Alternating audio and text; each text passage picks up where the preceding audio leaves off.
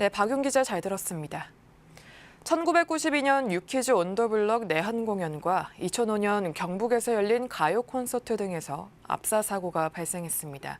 정부는 압사 사고로 인한 인명피해가 이어지자 행사나 지역 축제에 대한 안전관리 매뉴얼을 마련했는데요.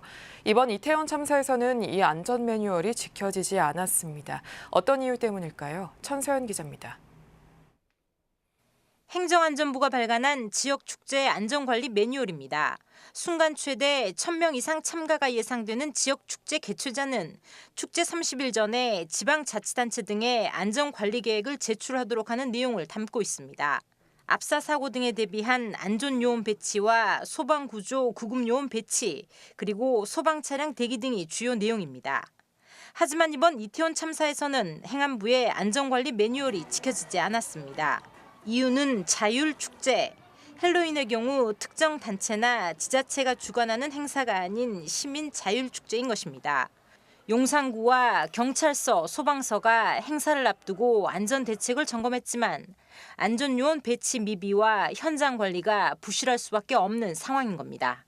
이 사고 같은 경우는 여러 사람, 이게 다수의 사람들이 참여하는 그런 문화축제이다 보니까 어떤 행사의 주체가 불분명할 수 있다는 거죠. 그러니까 어떤 예를 들어 가수의 콘서트라든지 지자체 행사 같은 경우는 주최 측이 분명하고 또 안전관리 책임 소재가 명확한데 어제 그 이태원 같은 경우는 그냥 대규모 인원이 밀집하는 그런 문화축제이다 보니까 실제 용산경찰서는 헬로윈 축제를 앞두고 종합치안대책을 추진했지만 불법 촬영과 강제추행, 절도와 마약류 사범 검거 등의 포커스가 맞춰져 있었고 용산구 역시도 헬로윈데이 긴급대책회의를 개최하면서 특별 방역과 시설물 안전점검, 거리 청소에 방점을 뒀던 것입니다.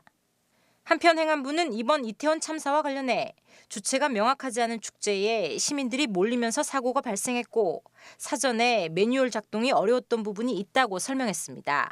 하지만 헬로윈 축제의 경우 수년 전부터 수만 명의 인파가 몰렸던 행사로 각종 사건 사고도 빈번하게 일어났던 만큼 사전에 자율축제에 대한 대책이 마련됐어야 했다는 지적이 이어지고 있습니다. 딜라이브 뉴스 천서연입니다.